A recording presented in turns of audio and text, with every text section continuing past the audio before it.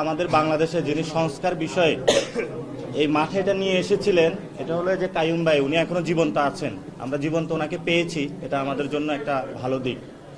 এবং ভাসানী পরিষদের উনিও আছেন, ওনার দীর্ঘদিন, সাইফুল ভাই আছেন, ওনার দীর্ঘদিন এই লড়াইটা করে যাচ্ছে। মঞ্জু ভাইরা তো আছেন, গণ অধিকারা আছেন, ভাসানী জনশক্তি পার্টি। তো আজকে প্রথম আলোতে একটা সংবাদ প্রকাশিত হয়েছে যে 20টা সিট এবং হলো 3 জন মন্ত্রী। এটা একটা অসত্য তথ্য।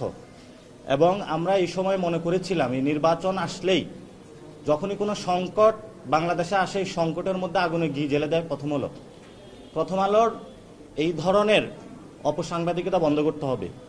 এখন বাংলাদেশে প্রথম আলো নিয়ে কথা বললে অনেকে ভয় পায়। প্রথম আলো নিয়ে আর ভয় পাওয়ার দরকার নাই, ডেইলি স্টার নিয়ে ভয় পাওয়ার আর দরকার নাই। এটা একটা তারা মিথ্যা কথা বলেছে, অসত্য তথ্য দিয়েছে। আমরা মান্না ভাইকে নিয়েও প্রথম আলো মিথ্যা কথা বলেছে, অথচ মান্না ভাইয়ের এখন মতি ভাইয়ের কি হয় এটা আমরা আসলে জানি না। এজন্য মতি ভাইকে আহ্বান জানাবো, হয়তো সাংবাদিকতা করেন, নাহলে রাজনীতি করেন। রাজনীতিতে আসলে আপনি জনগণকে বলেন, তাহলে আমরা আপনাকে রাজনীতি এনসিপির দরজা আপনার জন্য খোলা আছে। প্রথম আলো যদি সম্পাদক থেকে আপনি এনসিপিতে প্রার্থী হতে চান, আপনার প্রার্থী দিব ইনশাল্লাহ। কিন্তু এই ধরনের অসত্য তথ্য দিয়ে এই সংকটকালীন মুহূর্তে জাতিকে আপনি বিভ্রান্ত করবেন না। আর আমরা আজকে এখানে একসাথে হয়েছি, পুরো বাংলাদেশে আপনারা দেখবেন মারামারি কাটাকাটি, এই যে রোড ব্লক, তারপর হলো আগুন জ্বালাচ্ছে মনোনয়ন বাণিজ্য নিয়ে।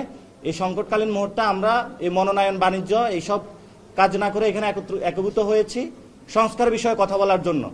সংস্কার থেকে মুখ ঘুরিয়ে দেওয়ার জন্য বিএনপি নমিনেশন দেওয়া শুরু করেছে এবং মাঠের মধ্যে তারা শান্তি শৃঙ্খলা নষ্ট করছে।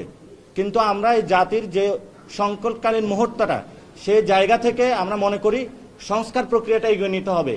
এই জন্য ওনারা দীর্ঘদিন যারা লড়াই করছেন তারা আমাদেরকে আহ্বান করেছেন, ওনাদের আহ্বানে আমরা এসেছি, ওনারা আমাদেরকে পরামর্শ দিয়েছেন, কথা বলেছেন।